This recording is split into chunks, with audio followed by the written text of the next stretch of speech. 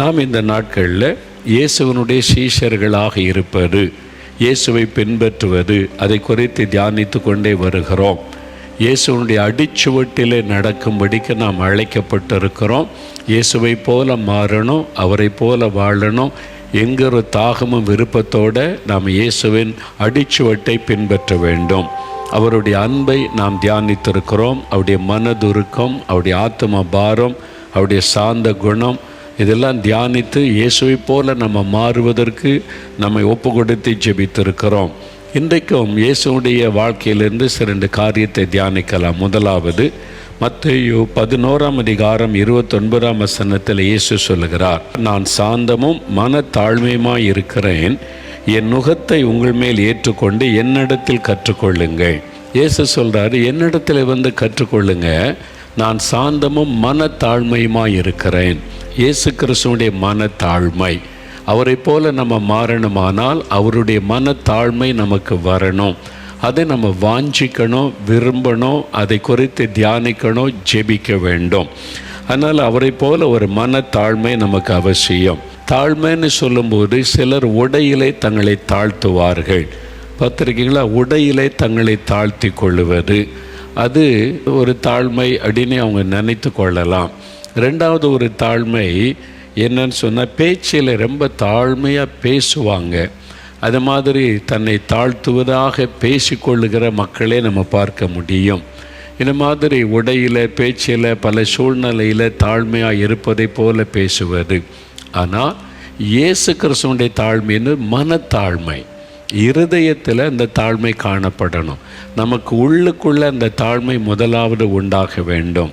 உள்ளுக்குள்ளே பெருமை வச்சுக்கிட்டு வெளியே தாழ்மையாக இருப்பதை போல பேசுவது, உள்ளே பெருமை வைத்து கொண்டு தாழ்மையாக இருப்பதை போல நாம் நம்மை உடை உடுத்தி கொள்வது, அதல்ல காரியம். நம்முடைய இருதயத்தில் தாழ்மை அவசியம். அதான் ரொம்ப முக்கியமான ஒரு காரியம். இயேசு கிறிஸ்து மனத்தாழ்மை உள்ளவராயிருந்தார்.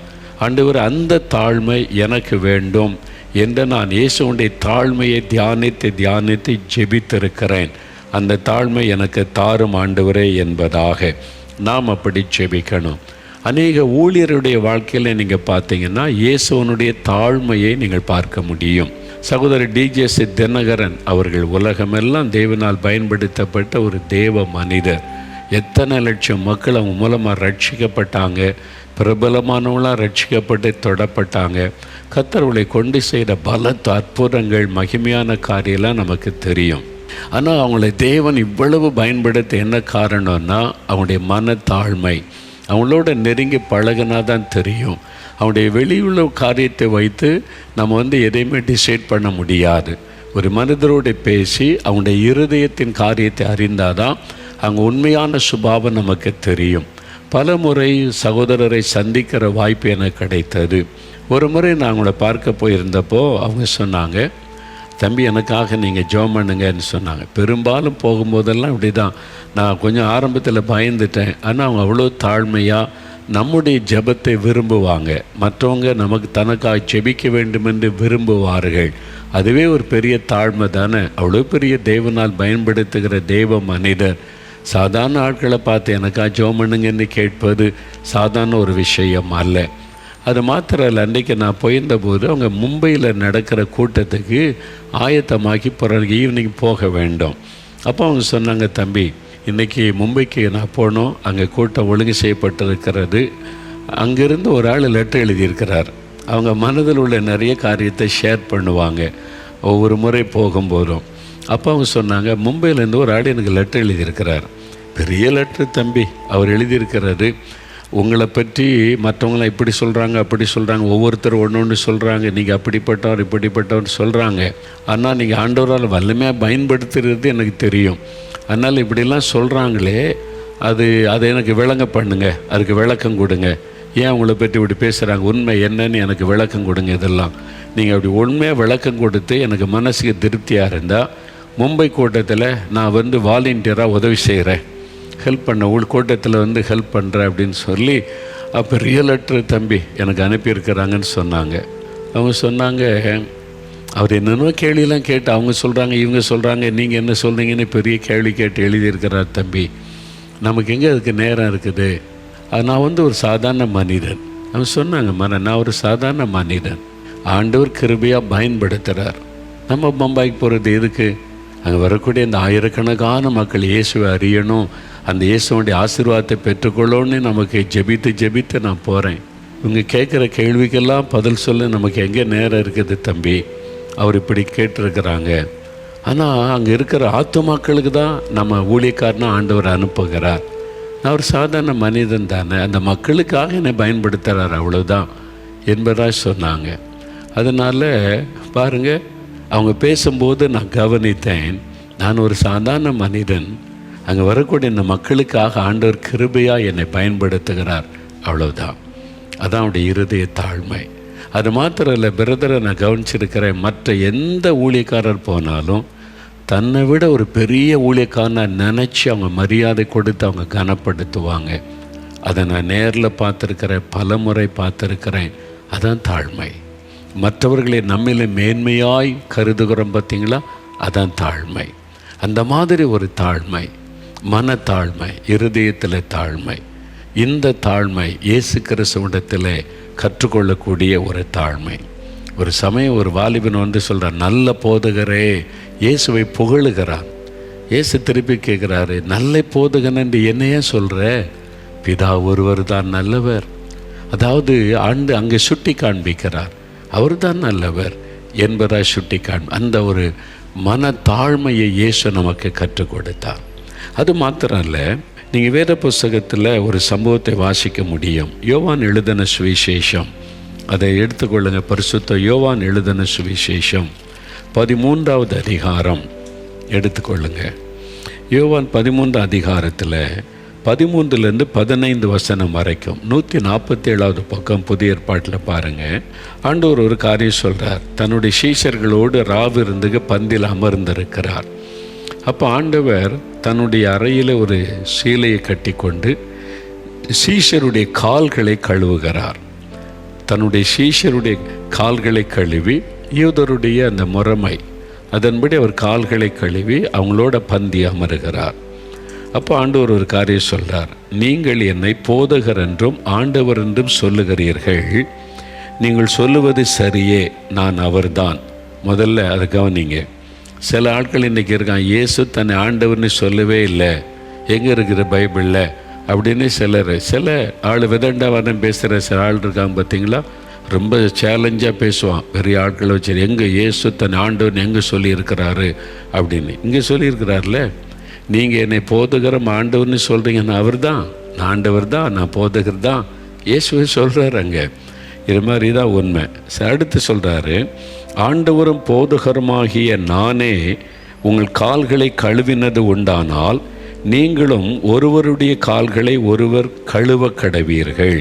நான் உங்களுக்கு செய்ததைப் போல நீங்களும் செய்யும்படி உங்களுக்கு மாதிரியை காண்பித்தேன் என்று சொல்றார். உங்களுக்கு ஒரு மாதிரியை காணுதான் மாதிரி, எக்ஸாம்பிள் இயேசு கிறிஸ்து தான். ஒரு எப்படி நீங்கள் தாழ்மையாக இருக்கணுன்றதை ஆண்டவர் காண்பிக்கிறார்.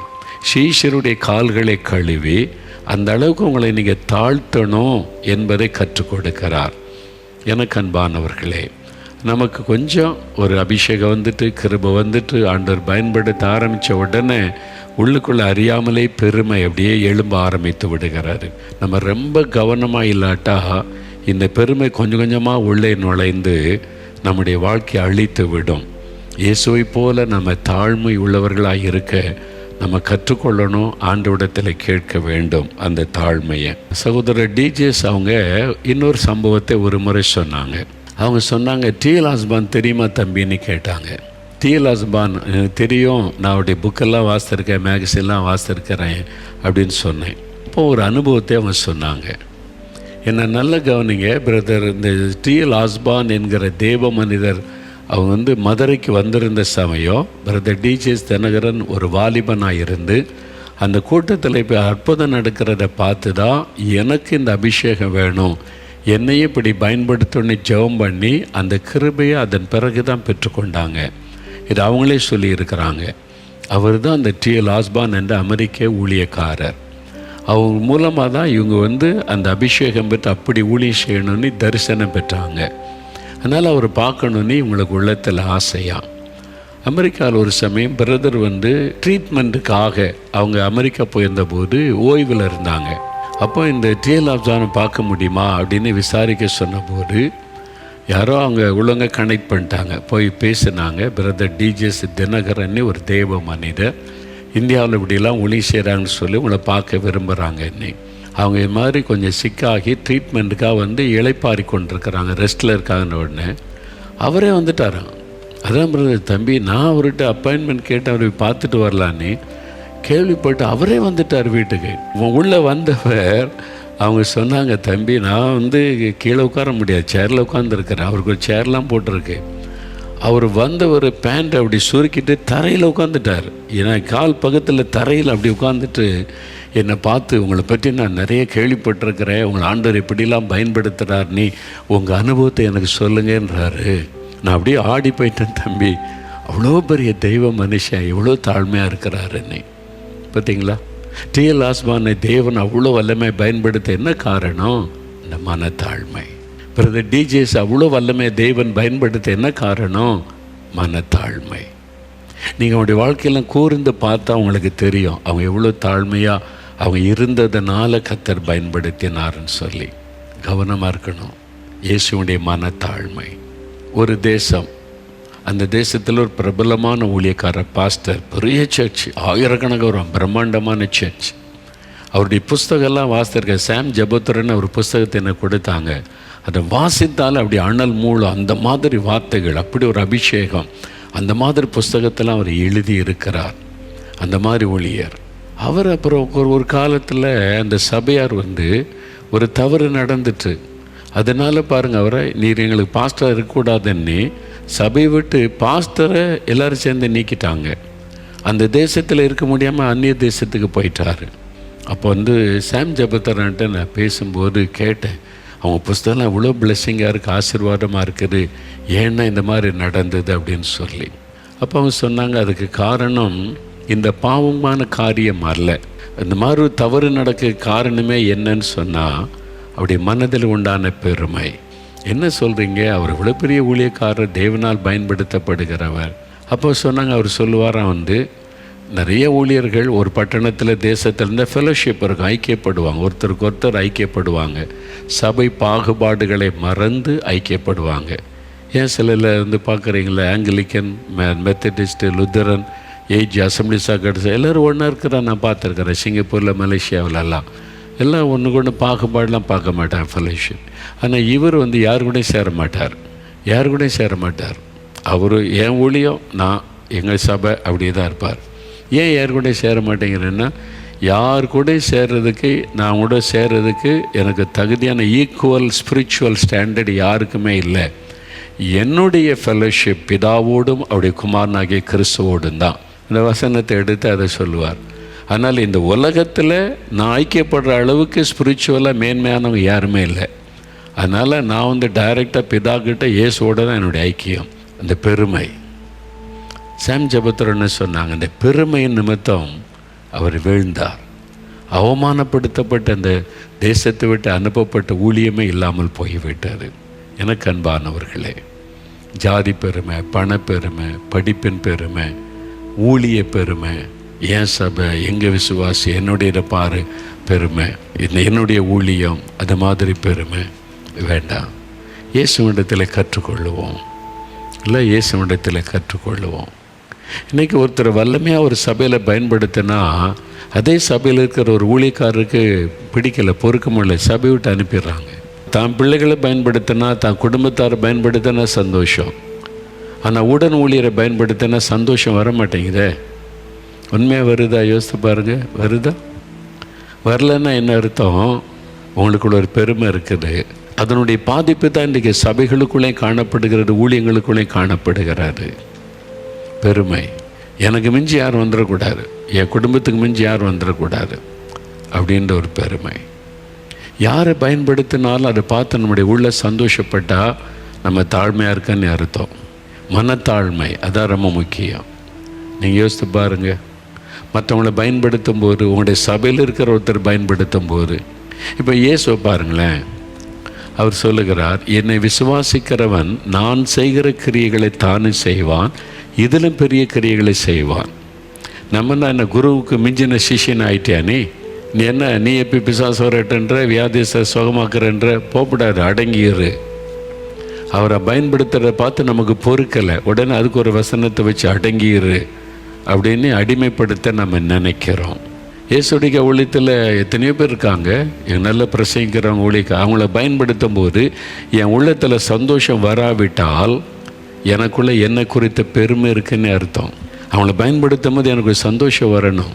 என் குடும்பம், என் மகள், என் மருமகன் இவங்களை பயன்படுத்தும் போது மட்டும் இல்லை, என்னுடைய உடன் ஊழியர்களை பயன்படுத்தும் போது எனக்கு சந்தோஷம் வரணும்ல. அப்போ தான் உண்மையான தாழ்மைன்னு அர்த்தம். நம்ம தாழ்மை இருக்க மாதிரி பேசுகிறோம், வெறும் வார்த்தையில் இருக்குது, உள்ளத்தில் இல்லையே, லைஃப்பில் இல்லையே. அப்படி இருந்தால் எத்தனை ஊழியரை நம்ம எழுப்பி இருப்போம், எத்தனை ஊழியரை நம்ம மேடையில் நிறுத்தி பயன்படுத்தி இருப்போம் இல்லை? நம்ம யோசித்து பாருங்கள். அதனால் இந்த நாட்களில் இயேசுவை போல ஒரு தாழ்மை எனக்கு வேணும் ஆண்டவரேன்னு நம்ம கேட்கணும். நீங்கள் சொல்கிறீங்களா, இருதயத்தில் கை வைங்க, இயேசுவை இந்த தாழ்மை எனக்கு வேணும், உங்கள் தாழ்மை எனக்கு தாங்க. எனக்குள்ள பண பெருமை இருக்குது, ஜாதி பெருமை இருக்குது, குடும்ப பெருமை இருக்குது, ஆவிக்குரிய பெருமை இருக்குது, பதவி பெருமை இருக்குது. ஆண்டவரே இந்த பெருமையெல்லாம் எனக்கு வேண்டாம், இந்த பெருமையெல்லாம் எடுத்து போடுங்க. நான் ஊழியக்காரன்ற பெருமை இருக்குது, என்கிட்ட நிறைய பேர் வர்றாங்கன்னு பெருமை இருக்குது, தீர்க்க தரிசனம் சொல்கிறேன்னு பெருமை இருக்குது, என் மூலமாக அற்புதம் நடக்குது அப்படின்னு பெருமை இருக்குது. வேண்டாம் ஆண்டவரே, அந்த பெருமையான சிந்தை கூட வேண்டாம் ஆண்டவரே. குடும்ப பெருமை, மற்றவள் அற்பமாக நினைக்கிற பெருமை வேண்டாம் ஆண்டவரே. எனக்கு மனத்தாழ்மை தாங்க இயேசுவே. உம்மை போல மனத்தாழ்மை எனக்கு தாங்க ஆண்டவரே. உம்மை போல மனத்தாழ்மை எனக்கு தாங்க. இருதயத்தில் எனக்கு தாழ்மை தாங்க. தாழ்மையின் ஆவியினால் என்னை நிரப்புங்க, நிரப்புங்க, நிரப்புங்க ஆண்டவரே. தாழ்மை கொடுங்க ஆண்டவரே, எனக்கு தாழ்மையின் ஆவியை கொடுங்க. பெருமைக்கு இடம் கொடுக்காதபடி நான் தாழ்மையாய் ஊழியம் செய்ய வாழ்வதற்கு எனக்கு கிருபை தாங்க. உங்களை போல என்னை மாற்றுங்க ஆண்டவரே. என்னை தாழ்த்தி ஒப்பு கொடுக்கிறேன் அப்பா. இயேசு கிறிஸ்துவின் நாமத்தில் ஜெபிக்கிறோம் பிதாவே. ஆமேன், ஆமேன். இயேசு விடுவிக்கிறார் யூடியூப் சேனலை சப்ஸ்கிரைப் செய்திடுங்கள். சப்ஸ்கிரைப் பட்டனை கிளிக் செய்து பெல் சின்னத்தையும் கிளிக் செய்து அன்றாட புது நிகழ்ச்சிக்கான தகவலை பெற்றிடுங்கள்.